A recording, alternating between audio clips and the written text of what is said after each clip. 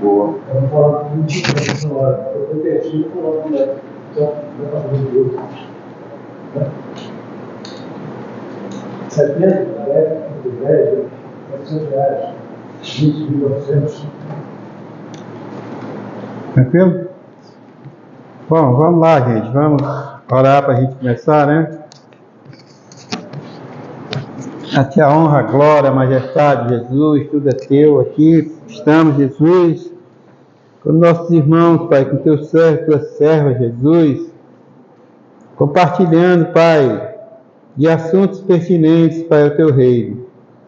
Que o Senhor venha, Pai, iluminar a mente, Pai, de cada um dos teus servos, das tuas servas, Jesus, para que venham, ó Deus, agregar na sua mente, no seu coração, na sua alma, todos esses conteúdos agradáveis que estão sendo disponíveis, Jesus. A honra é tua, a glória é tua. Tá, cada um dos teus filhos e das tuas filhas, cada vez mais sede de ti. Em nome do Pai, do Filho e do Espírito Santo. Amém. Glórias a Deus. Glórias a Deus. Meus irmãos, a nossa matéria, aproveitar que o pastor Bruno está presente, é uma das matérias mais importantes do curso, tá? É uma das matérias mais, assim, importantes, porque é a partir daquele exemplo que Jesus deixou para nós, como nosso conselheiro, né? Ele veio, convidou dentre um grupo enorme, ele foi e separou 12 para dar para cada um de nós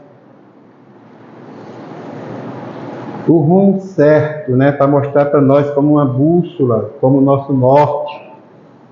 Porque daqui a pouco vocês, cada um de vocês, quando vocês concluírem o curso, a igreja, ou as igrejas, vão ver vocês já com uma formação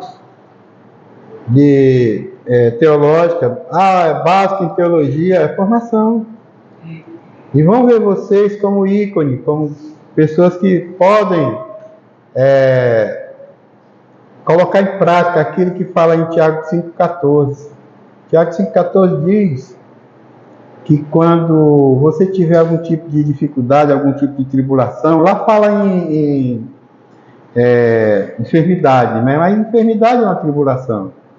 Ela diz: procure os pastores, os presbíteros, os anciões da casa de Deus, que eles vão orar com vocês e vão lhes ungir com óleo. Exatamente isso. Tem dificuldade? Tem. Procura a pessoa certa. Se vocês for procurar orientação de uma pessoa que não tenha um fundamento naquilo que vocês estão buscando, vocês podem ser mal orientados. O meu irmão Antônio Batista está com problema de dente.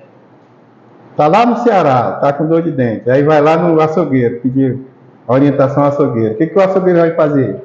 Vai pegar a peixeira, meter no dente dele e arrancar. Vai causar um transtorno terrível para ele. Por quê? Porque ele procurou a pessoa errada.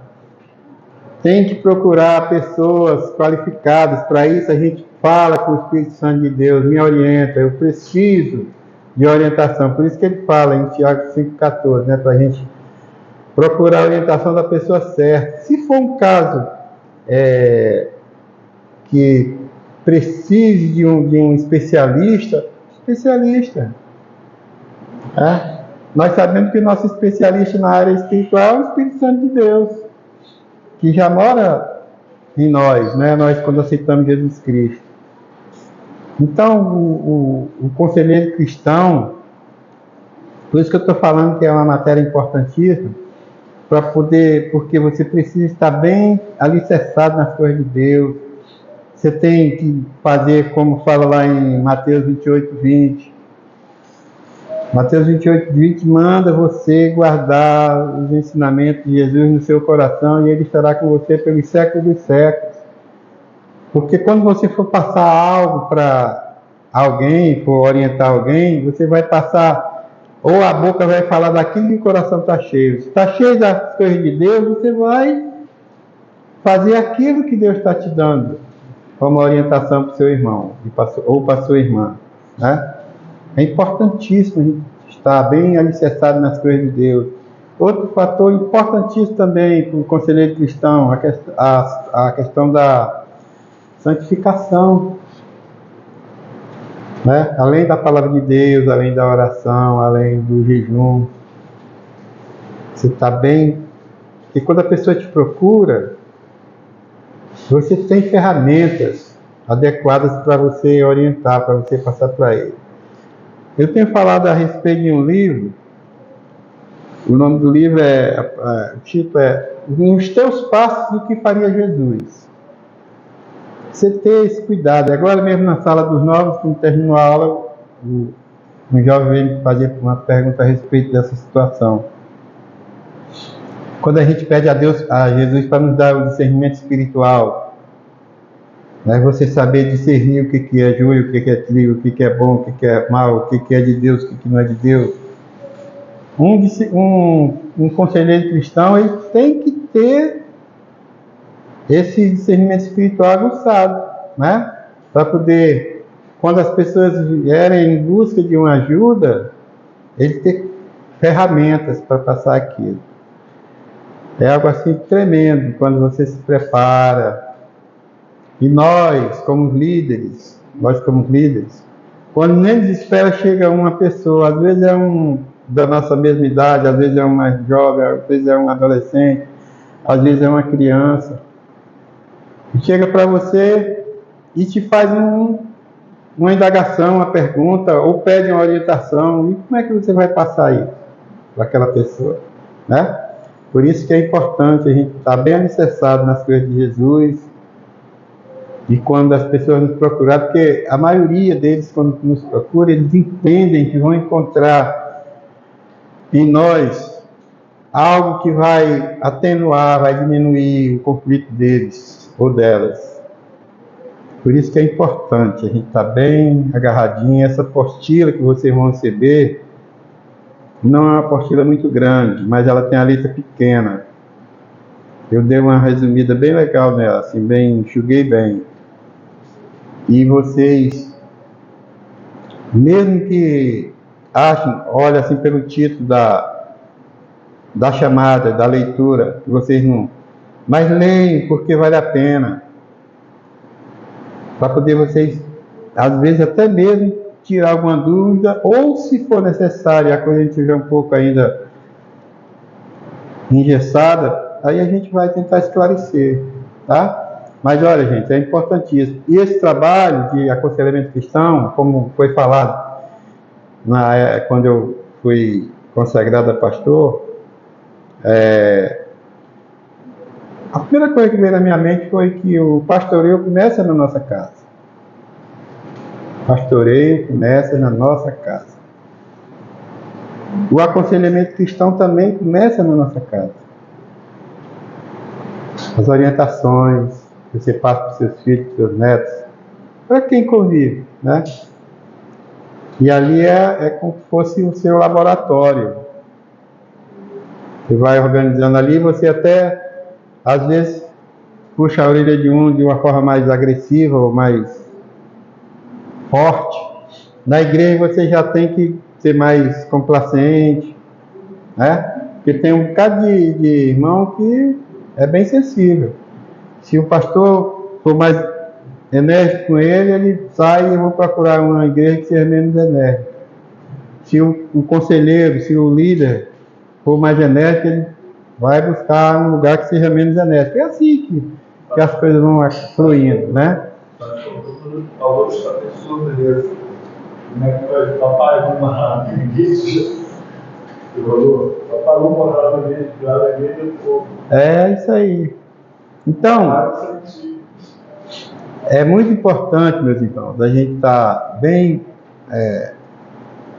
alimentado, né, dessas orientações divinas, para poder a gente passar, aconselhar, mostrar, abraçar se for o caso. Não é à toa que A Bíblia, né, chama o Espírito Santo do nosso Consolador, do nosso Conselheiro. Aprender com ele, tá? E a gente, quando fala de aconselhamento cristão, a gente está falando exatamente de uma forma de... Não. A gente fala exatamente de uma forma assim de você orientar as pessoas do lado espiritual. Muitas vezes também vem as orientações fisiológicas. A gente está falando de conselheiro cristão. Um cristão, ele tem que ter um equilíbrio na saúde mental, na saúde emocional e na saúde espiritual. Na saúde física, mental e espiritual. A mental envolve a emocional, né?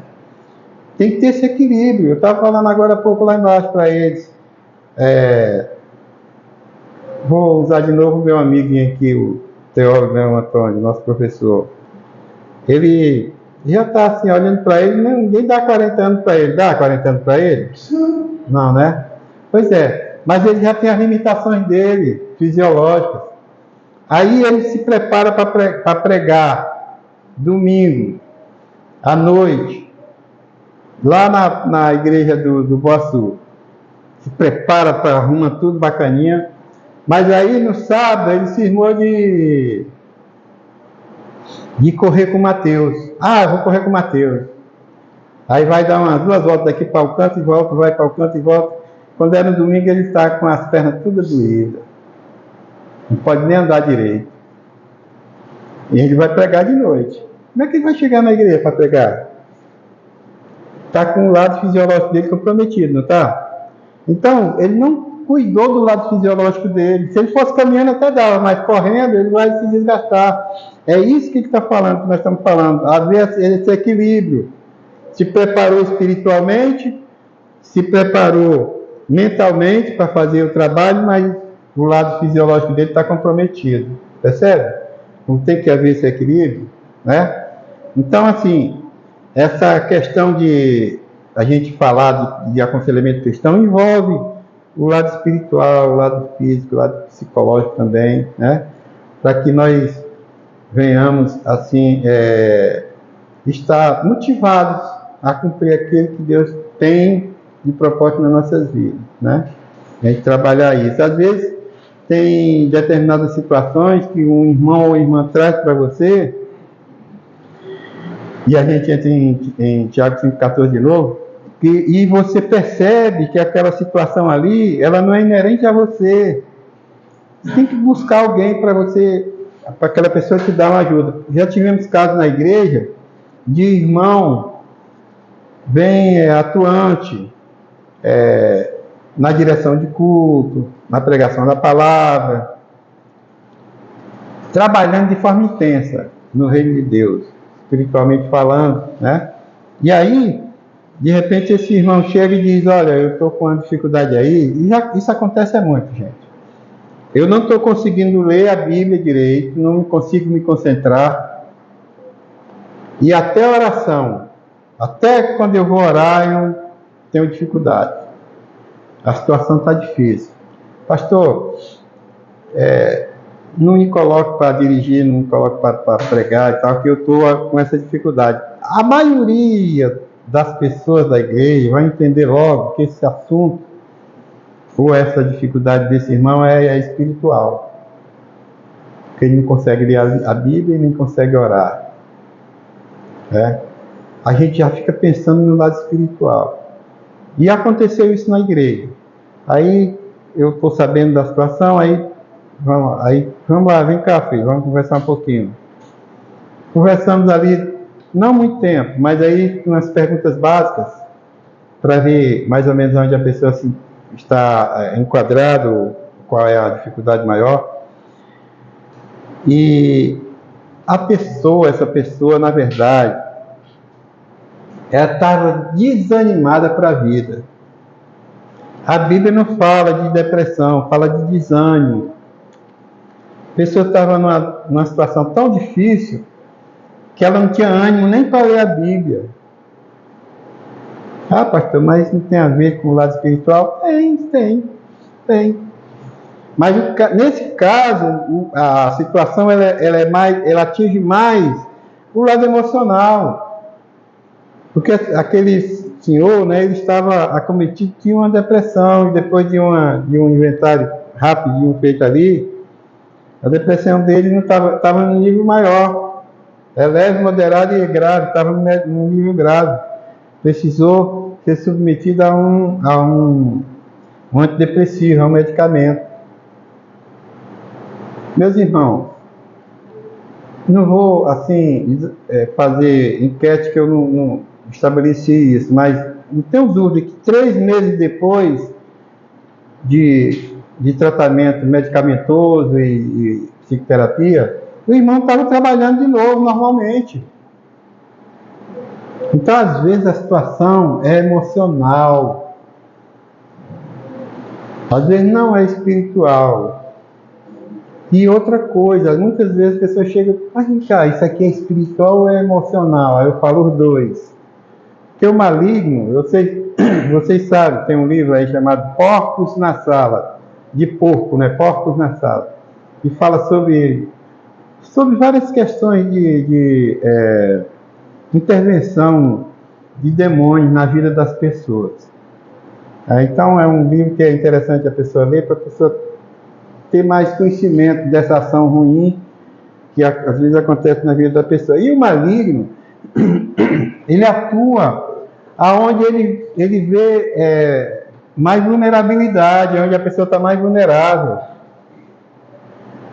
Se a pessoa tiver com qualquer tipo de dificuldade emocional, a pessoa está desanimada. Isso para ele é um prato cheio.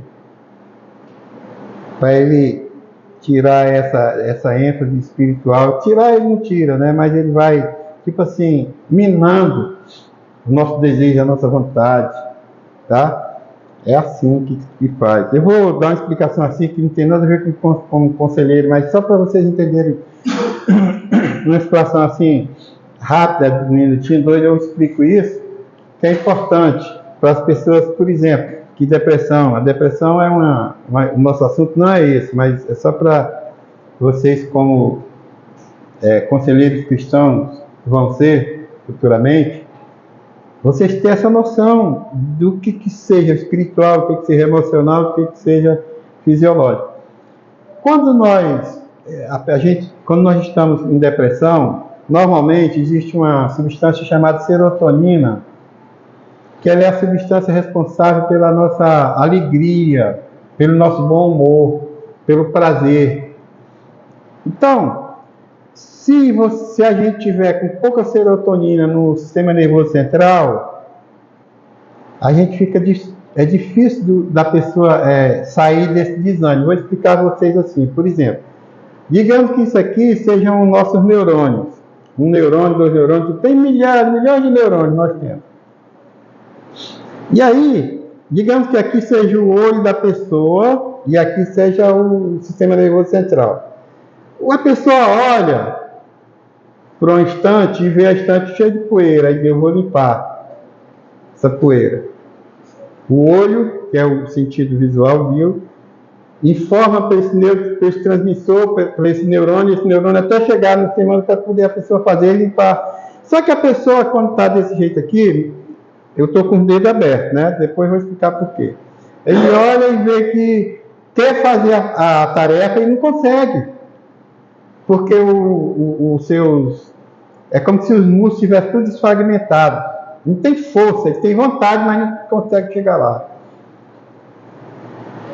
Aí o que acontece? Aqui dentro desses neurônios vai passar esse neurotransmissor que eu falei, que é a serotonina. Então a serotonina vem para cá, vai para cá, até chegar lá, para poder ele trabalhar. Só que os nossos neurônios estão abertos. Aí o neurotransmissor sai 1000 daqui, 1000 serotonina. Quando ela chega aqui, ela cai pela fenda. Quando chega aqui, cai. Quando chega aqui, cai. Vai chegar lá quase zero, ou zero. O que a gente faz quando toma o remédio, o medicamento antidepressivo?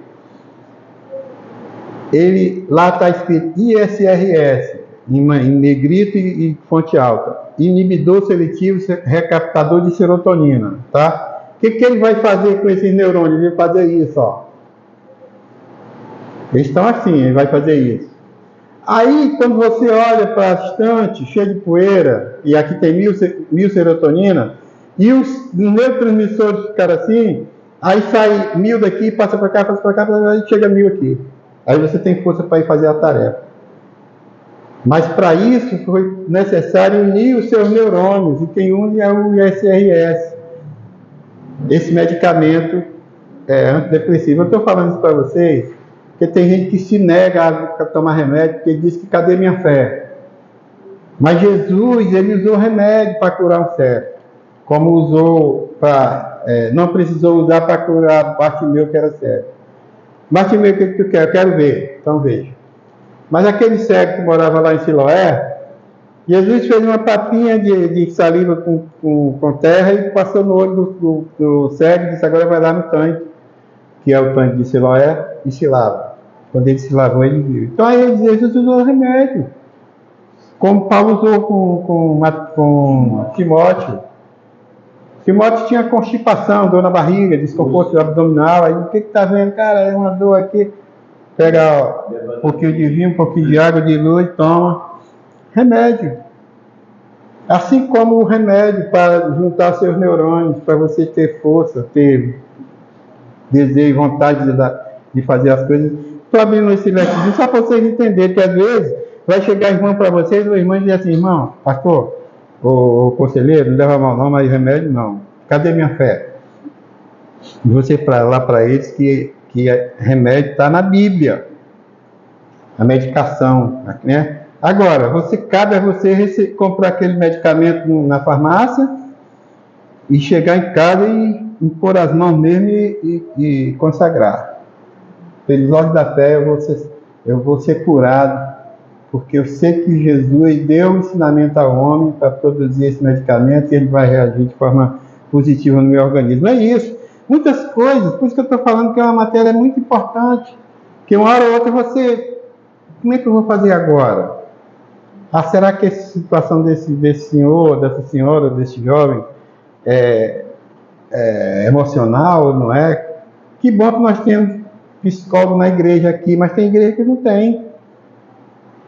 Por exemplo, né, eu estou falando no caso e tem gente aí também fazendo a graduação e por aí vai. Agora, se você vê que aquilo ali está fora do seu alcance de orientação, procurar. Quantas vezes a pessoa chega para mim, pastor, olha só, eu fui comprar um aparelho ali na Casa Bahia, e aí não chegou ainda, e eu estou aqui com a cabeça a 1000, estou explodindo aqui, não sei o que eu faço, eu vou botar a empresa na justiça e tudo. Eu digo, essa questão da justiça, procura o advogado que ele vai resolver a sua situação.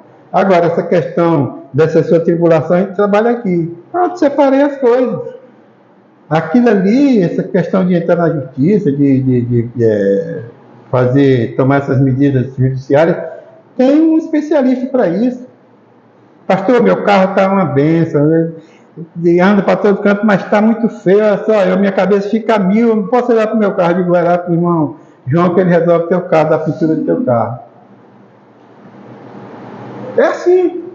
Aí você vai, sabe, pontuando coisas, não é que você abraça, não, deixa que eu resolver pintar teu carro. Aí você, eu vou pintar carro, como é que eu... Não vou resolver, gente. É você fazer, aconselhamento é isso, é você saber selecionar os conflitos, que às vezes um conflito está trazendo mais 2, 3 conflitos para você. Você como conselheiro cristão, você vai sentar com o irmão, ou com a irmã, com a pessoa que te procura, e vai tentar. Olha, uma coisa eu digo para vocês, só em você dar atenção para aquela pessoa, pode ter certeza que os conflitos já vão diminuir bem. E outra coisa importante, não dê atenção ao seu discípulo ou a quem lhe procura, nos corredores ou no pátio. Vá para um cantinho, com as salinhas, se for o caso, senta aqui, filho, vamos lá. Porque ali, se você a gente às vezes atende o Pai por causa da correria, mas não é legal. Parece que a gente não está dando a importância devida àquela dor que o outro está sentindo. Né? E aí você, quando leva para um cantinho, senta. Quantas vezes já aconteceu com a gente? A gente chegar no consultório médico, às vezes com um sintoma difícil, ruim, e só o cara dar atenção a você, diz, como é que está o senhor? Como é que está a senhora? Tudo bem? E levantar, apertar a mão da gente, que é coisa rara hoje, né? Que eles atendem a gente assim, o que foi? Não sei, toma, vai embora. Mas quando uma levanta, te recebe na porta, senta aí, por favor, não sei o que, você diz, caramba, que legal. Assim também você como conselheiro. A atenção devida àquela situação para você priorizar, né? Essa situação que você está me trazendo é bem interessante, mas vamos fazer o seguinte, vamos marcar um encontro para amanhã ou para depois e tal, porque às vezes é um assunto que não abrange só ele, abrange outras pessoas. Aí ele tem que abrir o jogo, olha, isso aí merece uma assistência espiritual, ou uma assistência física, psicológica, por aí vai, ou jurídica, né? E aí a gente continua caminhando para que a gente consiga amenizar os conflitos das pessoas que nos procuram, né? E aí, características do aconselhamento cristão. O pastor Bruno vai disponibilizar para vocês, e não sei se já disponibilizou ou não, né? Já botou, né, no grupo, mas eu acho que o Maurício não tem. Tem, Maurício? O celular tem? Tem? Tem não, né? Mas você vai receber uma apostila. Podia até liberar uma daquela para ele. Recebeu no nosso celular. Hã? Ele vai te dar uma aí. Aí tem dois assuntos, tá? O Diego, aconselhamento, ele está bem no meio da apostila, tem uma folha branca. Depois vocês vão também receber, tá? E aí depois dessa introdução, nós vamos ver as características do conselheiro cristão, né? É claro que ele tem que ser realizado pelo cristão. A pessoa tem que estar, né, já bem embasada nas coisas de Deus, agregada às coisas de Deus no coração, já tem o Espírito Santo de Deus conduzindo tudo isso, né? Essa pessoa tem que ser bem centrada em Jesus Cristo, né? Quando a gente fala uma coisa importante, quando a gente fala de mente, de alma, de coração, a gente entende que é algo assim que a Bíblia sempre está enfatizando, né, a questão da alma. Só para puxar um pouquinho a brasa para a gente, quando a gente fala, por exemplo, psicologia, psico, né, de psique, o Antônio aprendeu muito isso lá quando teve aula de grego, né? Psique é uma palavra que significa alma, psique, significa alma ou mente. Logia significa estudo, né? Teologia, estudo sobre Deus, né, e sua criação. Então, quando a gente fala psicologia, muitas pessoas por aí dizem, o cara que vai no psicólogo, vai no psiquiatra é maluco. Maluco é quem não vai. Ou quem não procura. Claro, só procura se precisar, ninguém vai, né? Eu estou sendo grosseiro quando eu digo maluco é quem não vai, mas eu tentei corrigir rapidinho para não causar morsa. Porque tem pessoas que não vai porque não precisa mesmo. Consegue gerenciar sozinho. Outros não. Cada um tem uma estrutura diferente, né? Tem gente que lê a Bíblia, minha esposa lê a Bíblia e prega aí no jardim de oração.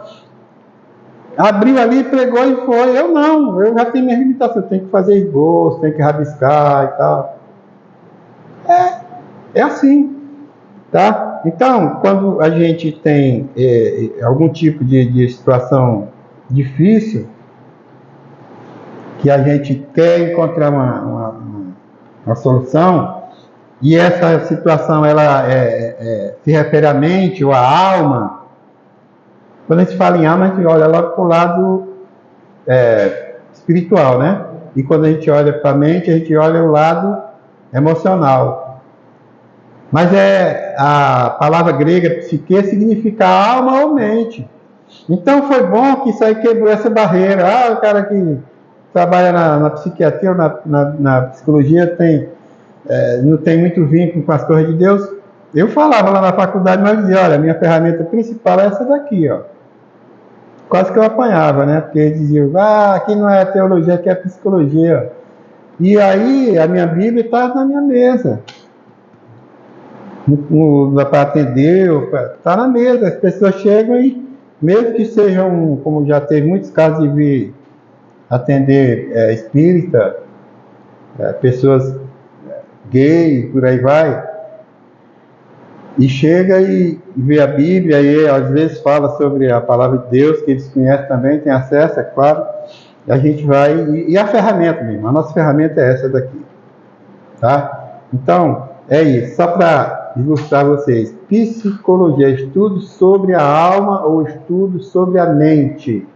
E quando a Bíblia fala de mente, ele está falando de alma e de coração. A Bíblia fala alma, mente, coração, é a mesma coisa. Por que está abatida a minha alma? Davi fala, né? Por que está confuso a minha mente? Por que está triste o meu coração? Por que está desanimado o meu coração? Que é o sentimento. Né? Então, assim, quando a gente estiver estudando, a gente lembrar dessa questão de alma, espírito e coração, a mesma coisa. Outra coisa, outra característica do aconselhamento do conselheiro cristão é importante que o conselheiro cristão ele esteja alicerçado. É claro que o alicerce dele principal é a palavra de Deus, sem dúvida. Mas é necessário que ele faça parte de uma igreja. A Bíblia diz que sem comunhão, que é esse calor humano dos irmãos, e sem santificação, ninguém verá Deus. Eu fiquei feliz agora há pouco, conversando lá com os adolescentes que a gente está preparando para a batismo, e perguntei para eles, eu digo, olha, eu não quero fazer nenhum tipo de... deixar ninguém assim constrangido e nem estou exigindo de vocês nada, mas perguntei a um lá, você poderia me dizer uma ferramenta para a gente intensificar a nossa santificação? O garoto falou na hora, cara, oração.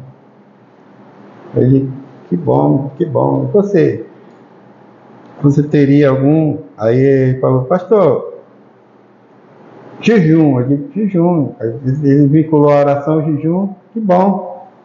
E o outro falou da palavra de Deus. O outro falou de devocional. Olha que coisa bacana para quem está começando a caminhada, né, cristã, né, e intensificar a sua santificação, né? Isso é legal. Então, por isso que o conselheiro cristão é bom, é viável que ele esteja ali, participando, sendo membro de uma igreja. Hoje nós sabemos que tem desigrejados, né? Depois da pandemia, então isso aumentou muito. Às vezes o desigrejado acontecia muito por causa de uma decepção numa igreja, uma coisa que não dava certo, não conseguia assimilar bem aquilo que a igreja trazia como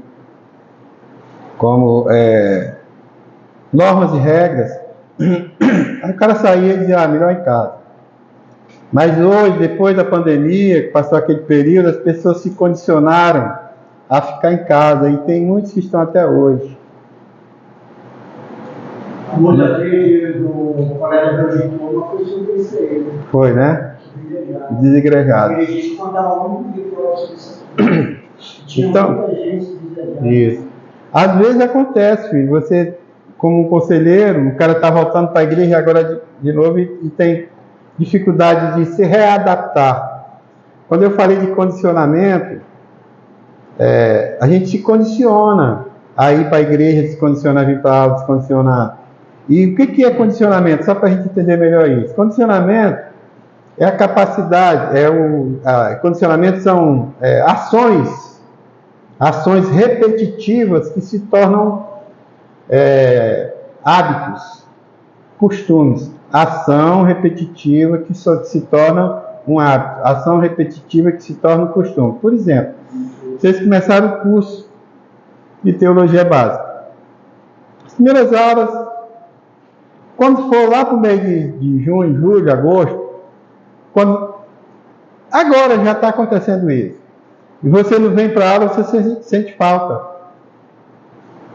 Por quê? Porque aquela ação repetitiva de vir para a aula do Instituto se tornou um hábito. Aí você ficou condicionado ao curso do Instituto. Assim como a EBD, como o trabalho, né? Fica condicionado. Assim como